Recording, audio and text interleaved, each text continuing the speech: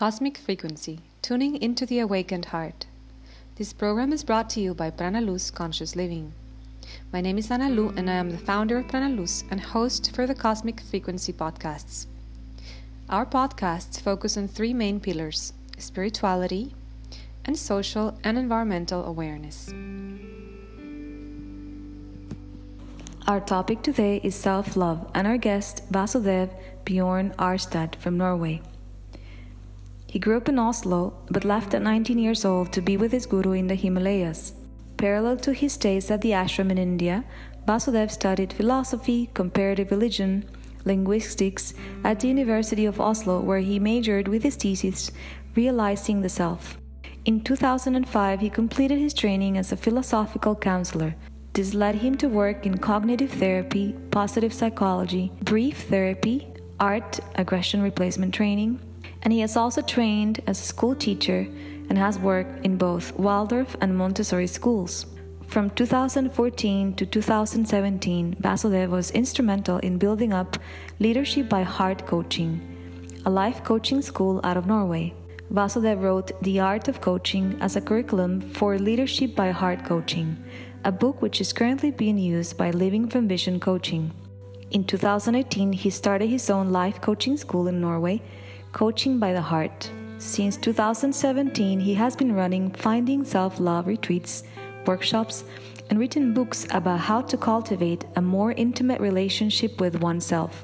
Most of the year, Vasudev is based in Bali, Indonesia, where he works as a musician.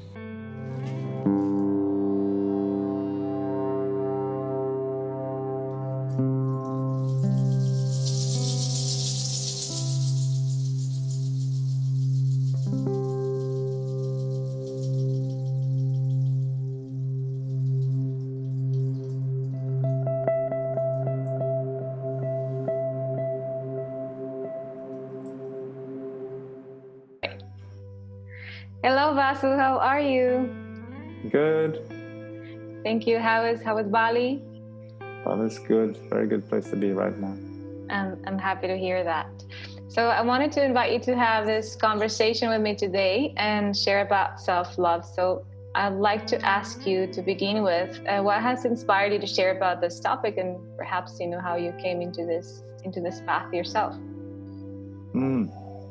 Yeah, so this topic has been very important to me just because I needed to work on myself. I had issues with myself. I didn't understand that. I didn't have the words. I just felt awkward and I felt like psychological pain in certain situations, social situations, and I felt not good enough. And it's been like a long journey to put words to it and to find tools to deal with it and to actually do the work of increasing my self-love. 2014, I was asked by a friend to start a life coaching school back in Norway while I was still here in Bali. So I put the whole thing together. And out of that work, self-love became a very prominent topic. So a few years later, 2017, I think it was, I started up the retreat, Finding Self-Love in Bali. And that was also based on one of my little booklets called The Wheel of Needs, which is describing the basic needs we have as a human being. So, yeah. Beautiful. So tell me a little bit more about self-love and the core teachings. What are our needs, or how do you share these teachings with others? Mm-hmm. So for me, self-love, first of all, we need to feel safe. That's the basic. So if we don't feel safe, we cannot enjoy life. We're in either freeze, flight, or freeze, 3 states. So if we're in freeze, we're numb. We cannot feel anything. We cannot appreciate anything. We're just like closed off. And if we're in flight, we're running away. We're scared. We're paranoid. We're whatever.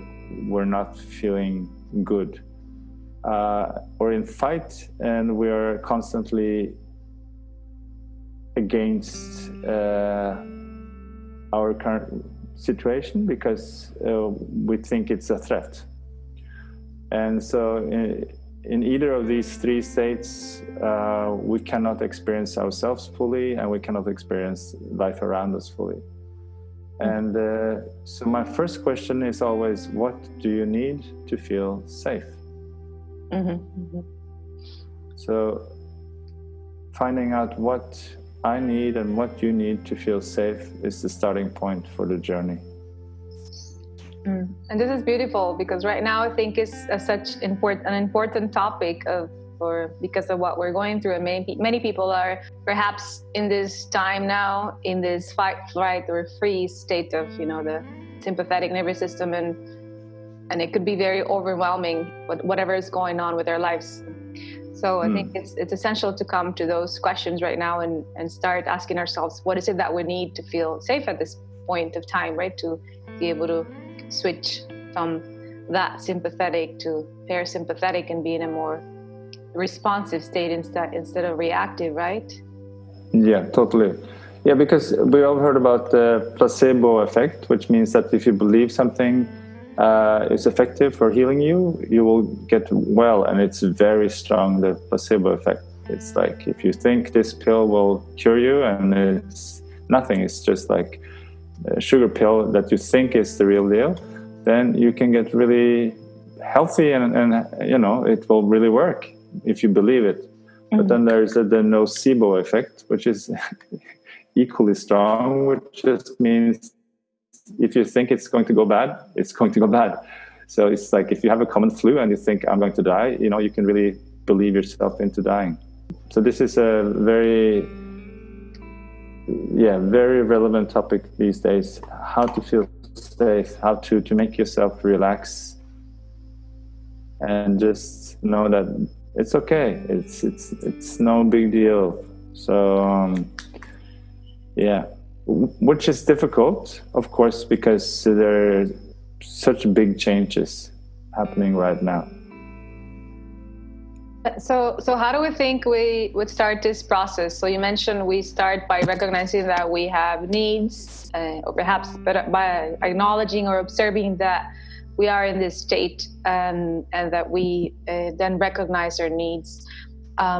But then what goes after? How do we start working on transcending those fears or situation and tapping more into connecting with our own space of truth and calmness? Yeah, so we're social animals. And so if we can be in a group of people, it doesn't have to be a big group, like 4 or 5 people, and we feel seen and acknowledged in that group, that makes us relax. But if we're all alone, just in front of the computer and getting scared by whatever is going on in the world, that will just reinforce the fear. But disconnecting from the screen for a while and just being with people, and it's not politically correct, but physical touch is super important, and just being allowed to express our truth, how we feel, what is important to us, our concerns, and be received by a group of people and acknowledged and accepted for who we are in that situation, will just relax the whole system. Yeah, I see that very important, like you say, because there needs to be a feedback, right? Like we need to be seen, we need to be heard, we need to have that reflection, right, from the other. Which I think it's part of what's happening right now, that people are isolating themselves and feeling secluded without being able to touch or perhaps even see people, right? And this probably just bumps up this other state of alert and survival, right? And doesn't allow us to stay in a good space. So what are some suggestions you could give us in this sense, for perhaps there's some people who are not doing this and they're not connecting with people, but what are some ways besides perhaps just going away from the computer or talking to others that we can start expressing and sharing our needs so that we feel heard and we feel recognized by the other. Yeah, so that's you know, the good thing with this connectivity we have now is that if at least we can talk to people, you know, and watch people on the screen through Zoom or Skype or whatever we have. And so just connecting with friends, connecting with family, checking in with each other daily, I think that's very important, just to have a sense of this belonging. So if it's not possible to do it physically, at least do it via the screen and through the voice. So this is one thing I think many people are instinctively doing already, which is very good, just to keep this sense of belonging. Another thing that can be good is just to have me time, like to meditate, to listen to some good music, to read a good book, to just take care, you know, be nice to yourself, be kind to yourself, show yourself some care. So that also, because as I said, we're like flock animals, so we're also like an animal that needs to feel that we've been taken care of. So my job towards my own body as an animal is to make sure that animal feels safe and comforted. Yeah, very important. So you talked about confidence and self-care and, you know, taking some solo time, or just maybe perhaps taking time to observe ourselves and our emotions, right? But so could you go a little bit deeper on that? How can we start tapping more into our self-confidence, our self-respect, and perhaps you mentioned also, like, you know, and being genuine with who we are. So what would be some ways we could start connecting with that and just be more true to our current needs or situation right here, right now? Yeah. So there's a mathematical formula from William James, which I really like. And it talks about self-respect. How do we gain self-respect? And he says, self-respect equals achievements divided by expectations. So let's say I expect myself to reach 50, just like a random number, and I reach 40. So I'm not quite happy with myself. So my achievement divided by my expectation is not full. But if I do reach 50 out of 50, that's 1, right? So that's self-respect full. But if I reach 200 and my expectation is 50, then I'm super happy about myself because I overdid my expectation. So in less mathematical terms, this means that, you know, if I have a story about myself going for a walk around the park, and I will go a walk around the park, then my expectation has been met with my achievement. But if my expectation is that I'm going to run, you know, 5 miles at a certain time and I don't make it, then I feel bad about myself. So you could say that the storyline, the expectation that we put upon ourselves determines how we feel about ourselves. The self-respect. Yes, totally. So my point is, this is a time to maybe just adjust the storyline of expectation to the situation. And it's healthy, I would say, for some people who are constantly, like myself, constantly wanting to achieve something and have high expectations of myself, to just calm down the expectations a little bit and say, okay, now I take a little break from my expectations. I allow myself to not produce and achieve so much, and I'm still okay with being who I am. Yeah.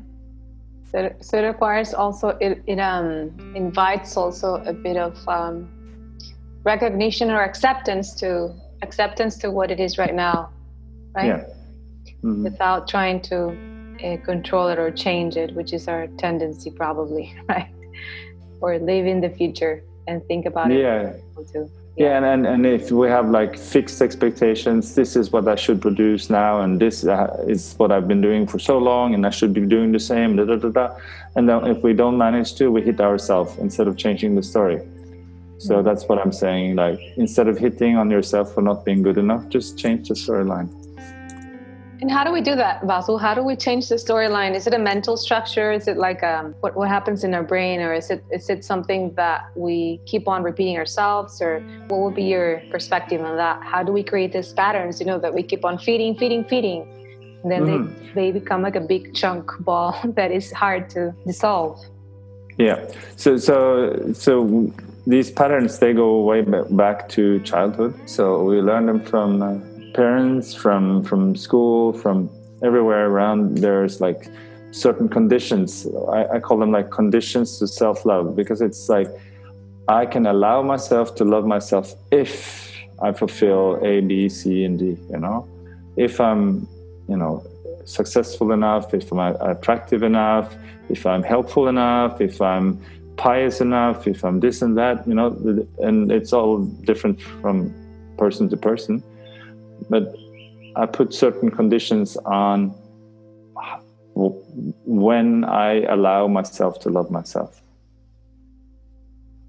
And I think just recognizing that will make it easier to pause it and say, actually, I can allow myself to love myself regardless of whether I'm very attractive to other people, or I'm achieving a lot of stuff, or I'm having like amazing status and success, or whatever.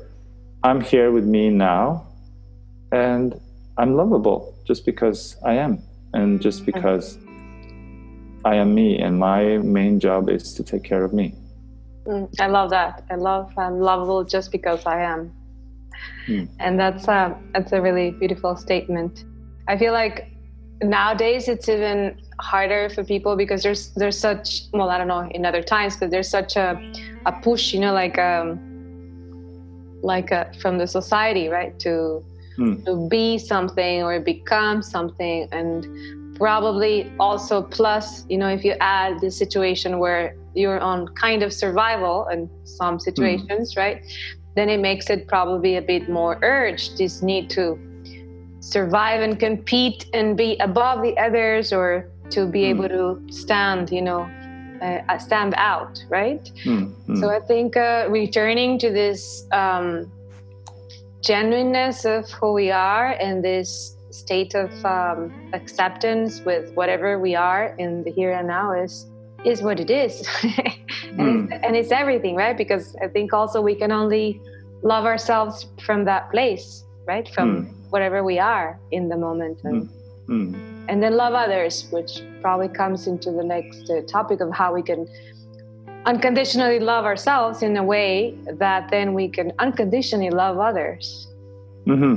Yeah. So that's an important point, that if I don't love myself, then it's very hard to love other people as well, because there are different kinds of love. There's the kind of love I show some love in order to get love back, which is more a transaction, and that's fine. That's how we deal with a lot of people. But it's also, if we're able to have this sense of, I love myself, and because I love myself, I'm just giving without expecting to anything to get back. That's a different level of love. And and then it's not like a transaction. It's more just like we're hanging out, we're taking care of each other, and if I give it a little bit more, or you give a little bit more, we hardly notice, because that's not what it's about. It's not a deal, a business deal. It's just overflowing. But that requires that we already have love for ourselves. Without that, we are more in a need space. I need more from you, and then I fulfilled, and then I recognize that I need to give you some back because it's a business deal, and then it's transactional, but that's fine. But negotiation. Yeah. And if you meet somebody who doesn't know this game and they just take, then you want to avoid that person, and then so it's but this is all fine, but it's possible to actually find this place in oneself that is overflowing, and that's a beautiful place to be. And what would you say, where does this need come from that we feel like in that example of the person who just needs love and it's willing to trade it or negotiate it or just give it in a way that's not not dual? Where does it come from, this need to be loved? Is it our inner nature? Or because I feel like a lot of us may be in relationships or may have been in relationships where we are in this place that you just mentioned. We are just givers, right? Givers, or we are just expecting to receive on the other side. And would you say it comes from this lack of love that we do that? Or where do you think it comes from? Mm-hmm. Yeah, I think it's like when we grow up as children, we get our needs met to different degrees. And we all have this need to be seen, to be loved. And the purest expression of love is just attention, just to be seen and accepted and loved for whatever I am without any conditions, right? And then in the upbringing, there's often conditions. So if I'm helpful, then I get attention from my mother. Or if I'm clever, I get attention from my mother. Or if I'm, standing up for myself and making noise, I get attention. Good, bad attention. Attention is attention. So we get these are the patterns that condition our self-love later. Yeah. But if my need for having been seen has not been met when I grew up, then this will be like a constant lack that is just like asking for, I need it because I didn't get it when I was a child. And then we learn these strategies, maybe I have this need for attention, need for love, but I've been clever. I learned that I need to give to others first, and then they will give it to me. And so that's a good strategy, but you can easily overdo it, so you give and give and give, and then you expect the other to give back, and then maybe you find somebody who has more of a narcissistic storyline. It's like they were spoiled, they were given everything, and they haven't learned the game of giving back. So they're already full, kind of, and they're just like sucking the energy, and that's what they knew when they grew up, and they're like blossoming from all this energy they're stealing from other people, and it's fine for them until the other person says, "Hey, I want this to be mutual. I want it to be a give and take," How can we come to this neutral relationship? What would be the ideal? I don't know if you teach it in your workshops or you share in your book, but can you let us know a little bit of how this ideal way of interacting through love and with love would look like? Yeah. Safe love. Mm-hmm. So basically, in love there are two aspects. It's just giving the love, and giving and receiving, obviously, but giving and boundaries. So if you have love without boundaries, you are not in a good place. Because boundaries is about the sensitivity to the give and take. Because if I give, if I give too much and I don't receive anything back, that's fine if I'm in a place where I don't need anything. But for most people, that's not the case. For most people, they give something and they need something back. And if they don't get something back, then that creates resentment in themselves against the other person. It lowers their self-respect because, oh, I'm maybe not worthy of receiving back what I'm giving out. And so the boundaries must be there that if the other person is not giving back to me, then I must give less. Or if the other person is mean to me, I need to be mean back, because that will create the respect. The other person will respect you more if you give an eye for an eye and a tooth for a tooth. And that's the real love. You know, if you say, no, I'll just give and he will be mean to me and it's fine, then first of all, you make yourself into a moral higher something. You know, oh, I'm more high morally than him or her. And then you also put yourself in a victim position. Oh, you know, he's so mean, I'm the victim, I cannot do anything about it. And then the person who is being mean, he will, of course, feel bad about himself being mean or not, but he will not respect you because you are weak. And you think you're morally superior. So it's a bad game, basically. It's a game, and it doesn't really serve the sense of companionship or belonging, or it's just like a power dynamic game where both are getting triggered into old wounds and patterns. So to make it healthy, there needs to be a balance in a relationship. So if you are mean to me, I'm mean to you, but maybe a little less, and that's generosity. But that creates this sense of, I respect you, you respect me, because we're sovereign beings standing up for ourselves. And from there, we meet as equals.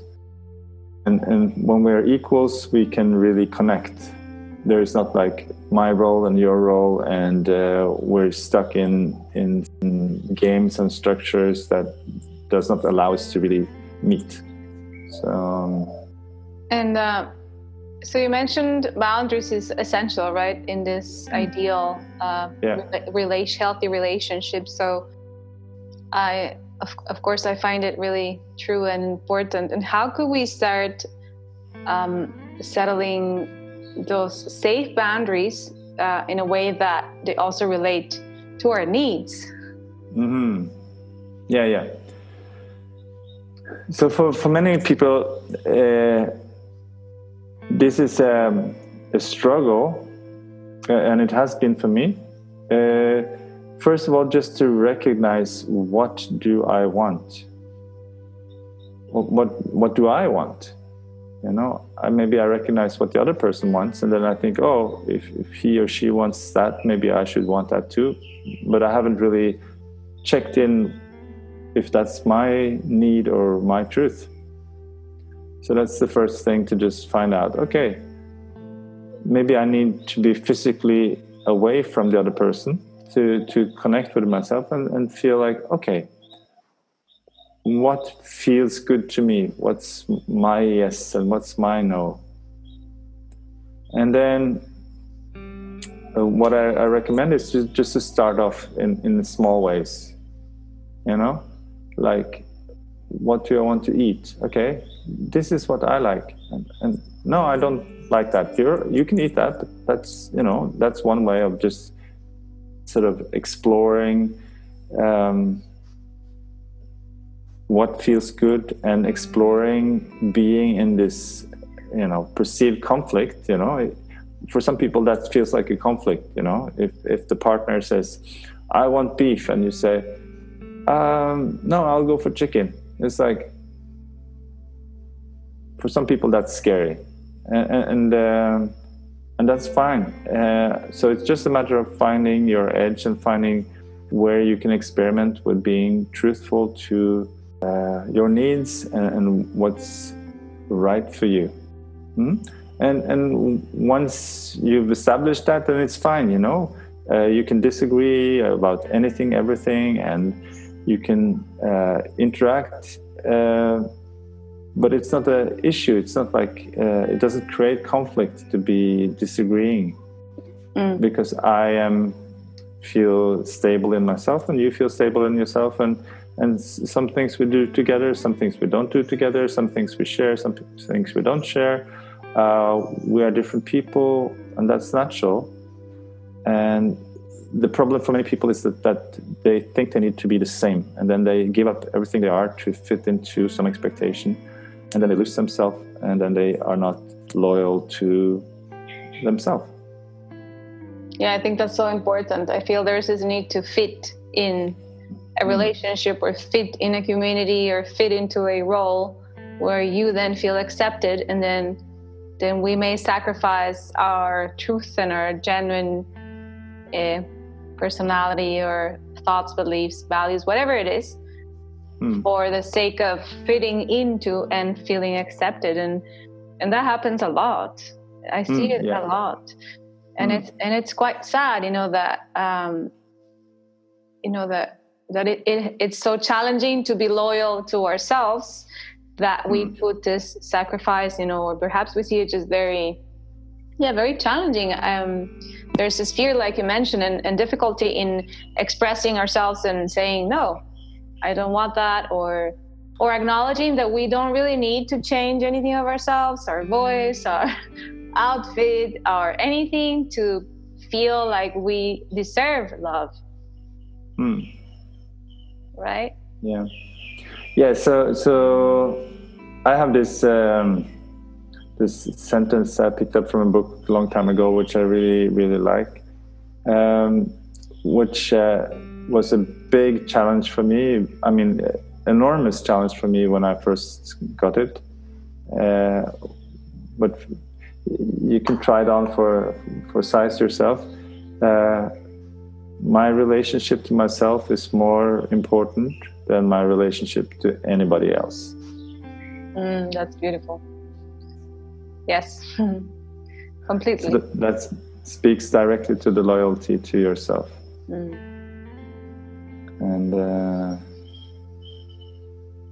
that's been a very important tool on my journey to realize and to actualize that sentence.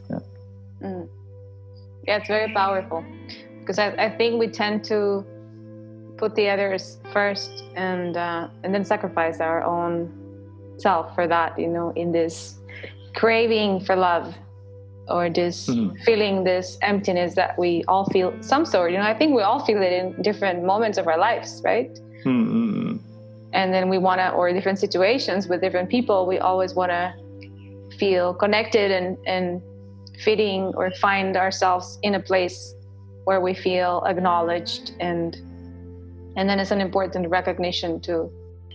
I mean, we learn it all the time, right? Like, it's easy to learn it and say it, that we need to love ourselves first before we love the other.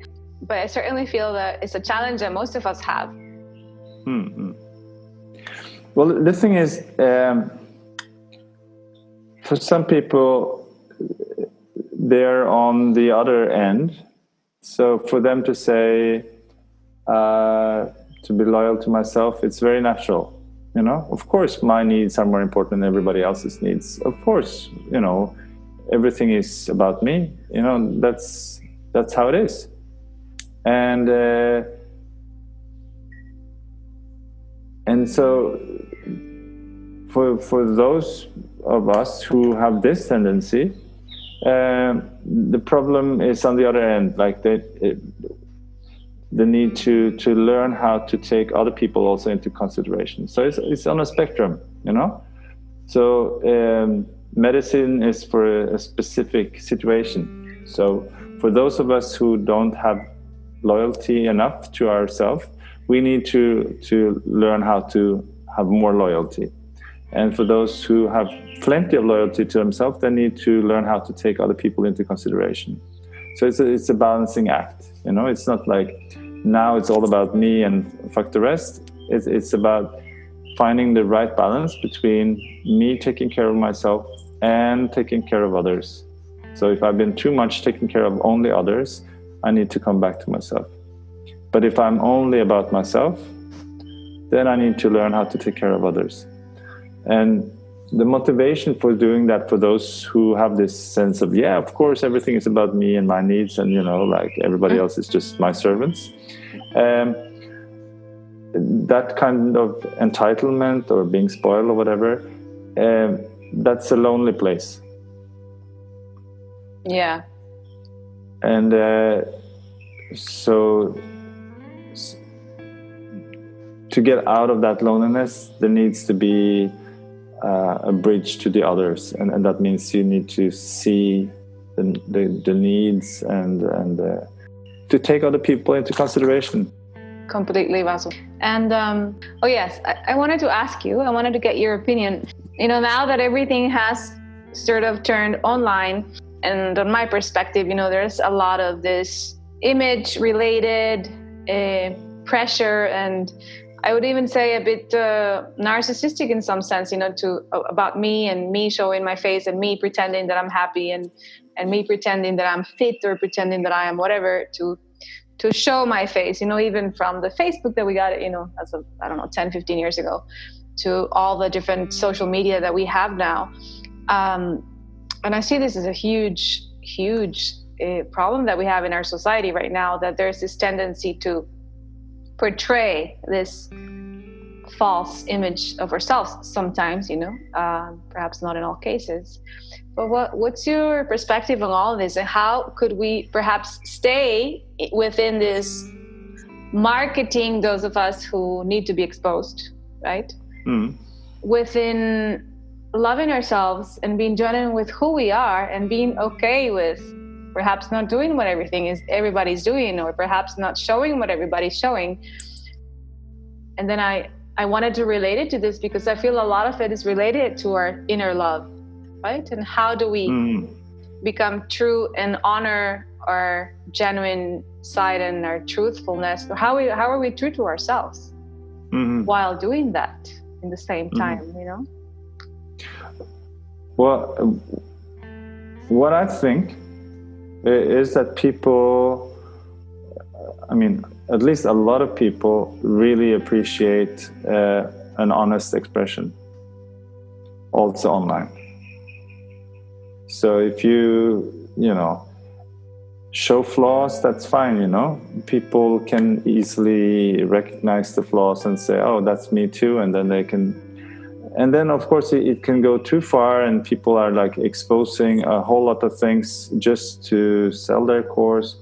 So it's a matter of being like honest in the expression, just for being honest in the expression. If you start to tweak it, to manipulate, you know, then people will feel that too. So it's a matter of like, who am I?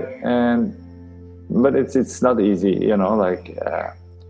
Creating a brand and seeming confident and at the same time vulnerable and this and that, and you know, it's like it's a big mess, yeah. So, but what I've done, and which I think I would recommend to other people, is basically to log off as much as possible. Like I've taken this time now as an opportunity. Like initially, I was just like.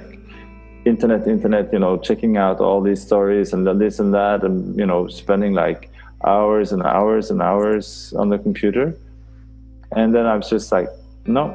And then I just stopped everything. Like we even had like a men's group online, and I said, no, I'm dropping out of the men's group. I don't want to spend hours on the screen. And then I just hardly been on the computer for the last many weeks, you know. So this is an exception in this interview here. So and that has felt so good to me, to just connect with real people. Yeah. And be real. And yeah. So I think that's more important now than ever, and keep the internet thing at the minimum. Yeah, that's an awesome invitation to connect with being real, and a little bit less internet and more inner connection we all need right now. Yeah. Thank you, Vasu. Okay, and I wanted to ask you some questions that I ask all of the people that I interview. Since I started this podcast, I wanted to share about environmental, social, and spiritual awareness. And I have this idea of, what it is to be a conscious being, or how do we live in a conscious way. So I would like to hear your feeling about this, and how can we, by being conscious beings, influence the collective as well? Yeah, so for me, being conscious is being aware of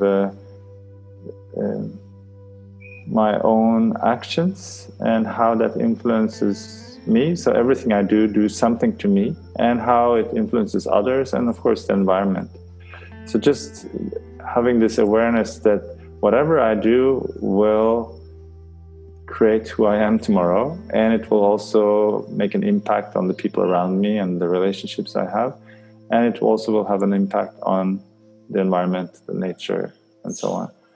And so being mindful of what I do and what impact it has, that's for me to live a conscious life.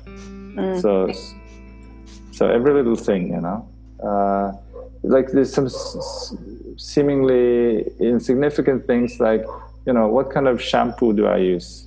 Because the shampoo is like running out into the nature, and it's like, if I have like a really toxic shampoo, what does it do to me? What does it do to the environment? It's like super small details, or like, when I wash up, what kind of soap do I use? It's like just being a little bit aware of those kind of things. And when I speak to people, maybe they're in a vulnerable state, and maybe I should just be a bit careful with my language. So it's in all aspects of life, just being mindful of every little action. There's a reaction. So just yeah. Thank you, Vasu. Thank you. And if you had like one message, and perhaps it's also related to this conversation that we had today on love, and if you had this one message for humanity right now, something that you really find powerful to share with people right now, this present time, what would you like to share? Yeah, that we're all interconnected, that we're all, basically one humanity, one big family. And just to be stuck in the sense that I am a separate something, and that's very painful. But we're actually all part of this one earth, and we're all part of humanity, and we're all in this together. So just invite people to feel that sense of belonging. Thank you, Vasu. And do you have any short tips you can give us on self-love, like on the top of your hand? Well, I'll release my book very shortly, which has like five ways to self-love. It's called Coming Home, and I'll release it very soon. Yeah. Thank you. That'll be awesome. I'll be sharing your links here for people to connect with you and read more about your work. And thank you so much. I'm very honored. I love your work. I've played with you. You're such an amazing musician, and also had the honor to be in one of your retreats one time with Norwegians, teaching a little bit of yoga. So I've seen your work, and it's beautiful what you're doing. So I thank you for your time and dedication. And okay, and thank you so much, Vasu, again, and thank you for the listeners for taking this time to share with us. We'll be sharing more podcast really soon. Thank you so much. Bye-bye.